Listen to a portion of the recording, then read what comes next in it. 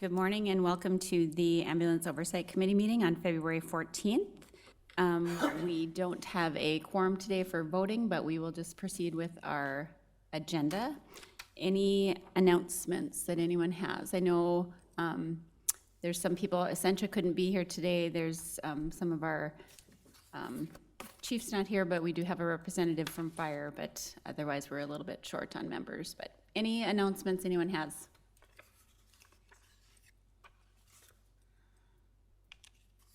Okay, hearing none, we will defer the approval of the minutes then till our next meeting when we hopefully will have a quorum. So we will just jump right into the data review, response time, and transport destinations. Good morning. Excuse me. Everything, patterns or behaviors, so to speak, are essentially the same. We continue to see the top 5 typically consisting of abdominal pain, alcohol use, behavioral psych, some kind of a trauma type thing like pain or general injuries, and chest pain floats in and out by the months. Volumes, as you'll notice, have kind of risen and shot up quite a bit. November topped any other November, December the same, and January. January we were over 1,400 runs, so the graph got bigger. Kind of a ridiculously crazy month just on volume. Don't really have anything specific to tie that to other than volume was high there. On the response times end of the world, November was 96.6%, December 93.73, and January 93.92. Those slight dips in those response times or response time exceptions are almost always in this case due to volume, something that we continuously look at, and we are right now in the process of adding another full-time unit during the days, onboarding 2 full crews to complement the different days during daytime hours where we see our most busy things. That's kind of been a consistent change, so that should creep back up in the near future with that. Rather than that, I guess, any questions?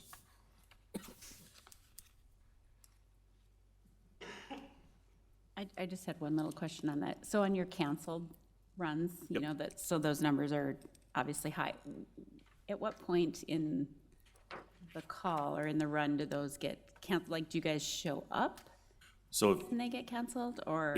yeah, great question. If we ever have any kind of patient contact, you aren't going to see that as a canceled call. So all of those are one of 2 things. The unit is either canceled while they're on the way there, or it's a standby and we're canceled by a responding entity. So example, you know, a situation involving violence where we would hold back until law enforcement clears us to enter. If there was found to be no need for an ambulance, we'd be on scene and canceled. But any of those ones that say canceled, there was no patient contact at all. Anytime there's patient contact whatsoever, they will show up with a one of the primary impressions.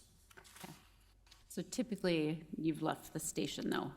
On Oh, those yes. Yep. No, it's a response. It's stream or, okay. Yep. Okay. Yeah, so you're, you know, get down to it, you know, 290, 300. I mean, it's 10, typically 10 plus a day on average where you're getting called out and canceled before you're there or while you're on scene before there's any contact. If we go and, you know, it's a situation where somebody doesn't want anything for us, a bystander called for it or whatnot, we don't consider that a canceled call. We still document that we interacted with the person. Okay. Any questions on the data presented? No, I have one quick question. Maybe Chad or Rick can answer it. We did approve, what was it, 2 extra or 1 extra crew, correct? 2 crews. 2 crews total. Yeah, okay. 2 crews total. Okay. So, and that was in response to some increasing increase in call response. volume. Yeah, gotcha. Okay, I just was, I couldn't quite remember. So thank you. So the 2 crew thing would put 1 on each of our 4-day rotations. So we'd be up to 12 trucks at max staffing during the day.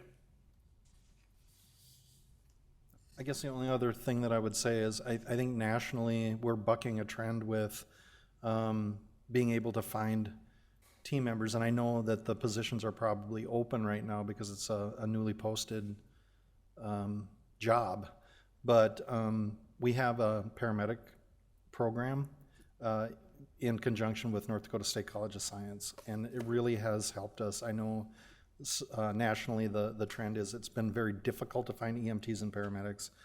We even struggle with that program a little bit from time to time, but it is a really, it's a good feeder, and a lot of those students go on to health careers beyond paramedic.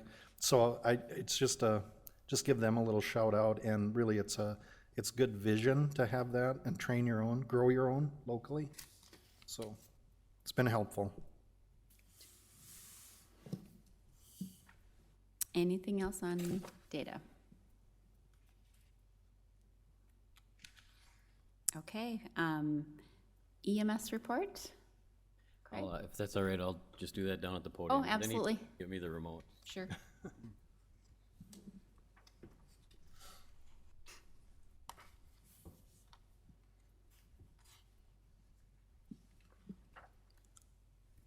All right, what I've got here is a summary of our 2019 EMS data for the Fargo Fire Department. Lines up probably pretty closely with a lot of what we see from FM's numbers. Our numbers continue to grow. This first slide is just a summary of the incidents as far as a major breakdown, EMS, fire, and other. And let me know as we go here if you have any questions on any of these slides. I don't want to bore you either, but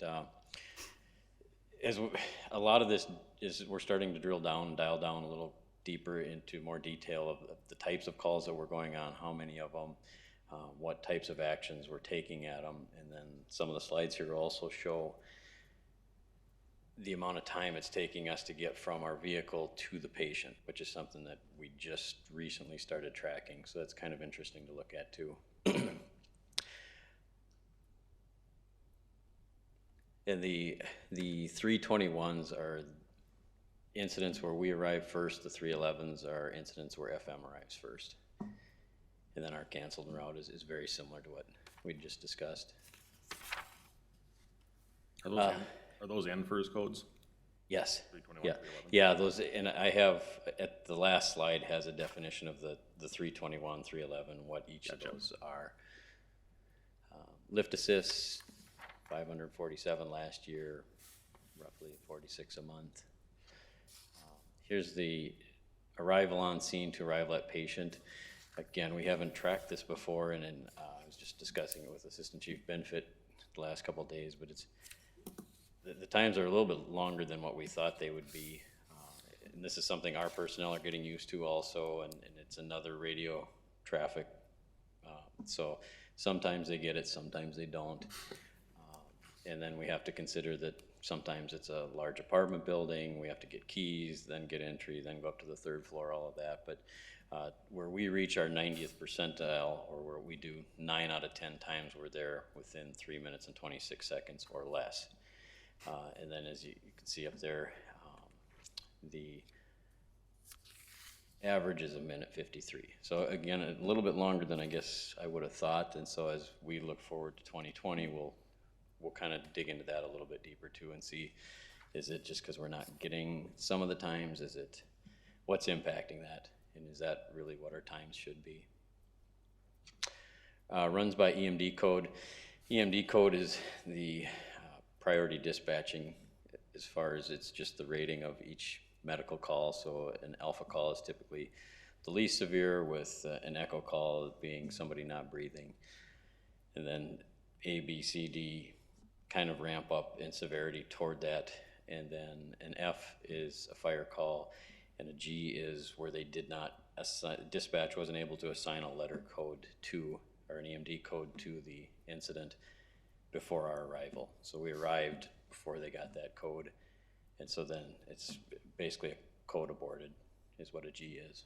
But we're starting to break down the EMD codes a little bit further too, as we look at reaccreditation in the future for us with that, because a big piece of it is evaluating the dispatch times. And we've never done this before. We lump all of our dispatch times for EMS together. In the future, we're looking at breaking it down and going, let's get the higher priority EMS incidents out or dispatched quicker, and then the ones that are less severe, give dispatch more time to get a little more information on that, and then also allows us to respond non-emergent, as you're seeing more and more of that. We're trying to do that also, like FM is. By time of day, this is very, very typical. Most fire agencies across the U.S., and I would guess it lines very closely with EMS, possibly law enforcement too. But our busiest times are the mid-afternoon to early evening is always our busiest time, and then it kind of drops off till after midnight, and then spikes around bar closing and drops after that a little bit. Day of the week, really not a whole lot of difference there, other than I know a lot of people think that the weekends are always the busiest, and for us they really aren't any busier than any other days of the week. And then for us in Fargo, these are the runs by our station areas. We break down that data so we can see how many incidents each engine or company goes on, but also how many within each station area. So this is number one there, downtown area, that's our busiest, highest call volume, also our busiest engine, but this includes runs that not only engine one went on, but if engine one was already on a run and there was another run, other companies responding into that area also. And then we continue to monitor the station 8, which would be where our next station would likely go, down south, just off of 25th Street, probably in that 64th Avenue area down that way. So we're continuing to monitor that call volume as that grows. Our station 9 there is west of the interstate and south of 52nd Avenue. And then by shift, again, there isn't really a whole lot of difference there. That's just 3 different shifts, so kind of luck of the draw who gets a few more runs than the others. This is where, as I was talking about earlier, we drill down a little bit closer now into what are we actually going to, what's the cause of the illness, the injury. As you can see on this, there are a lot of unknowns, a lot of not applicables, but then falls is pretty large, drug poisoning is pretty large, assault and abuse, those types of calls are also, I guess, larger than what I thought they might be. The assessment, this gives kind of an overview of that. A lot of general illness, possibly impaired by alcohol, a lot of trauma. And again, not any huge surprises there.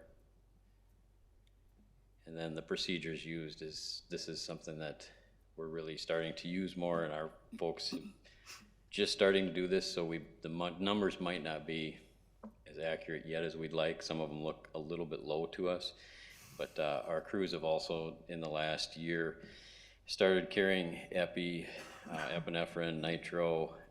We've been carrying the naloxone or the Narcan and using that, and so that gives kind of an overview. I think the naloxone, because we track those in-house outside of our CAD system also, the naloxone looks pretty close to about how many times we use that a year. And again, the epi and the nitro, we're just starting to use it. So it'd be easy for our folks to, because this is new, miss that when they're completing the report.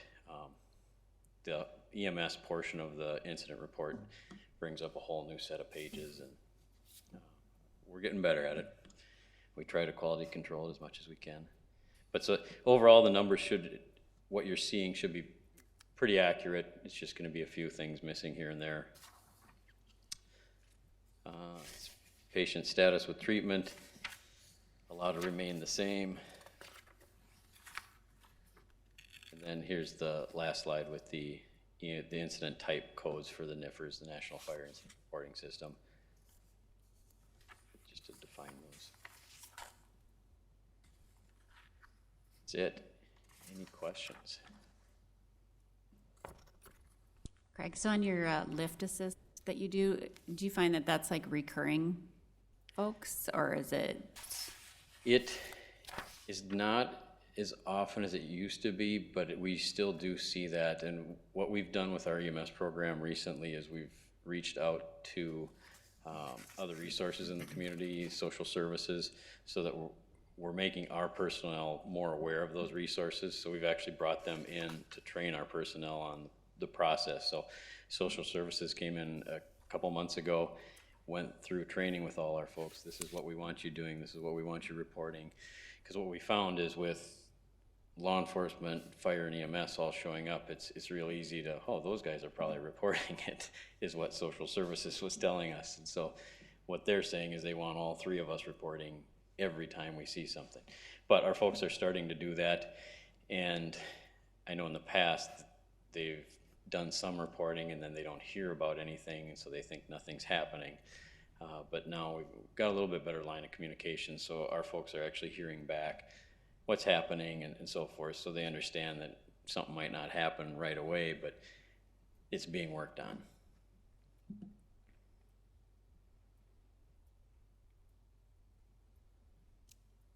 Any other questions for Craig?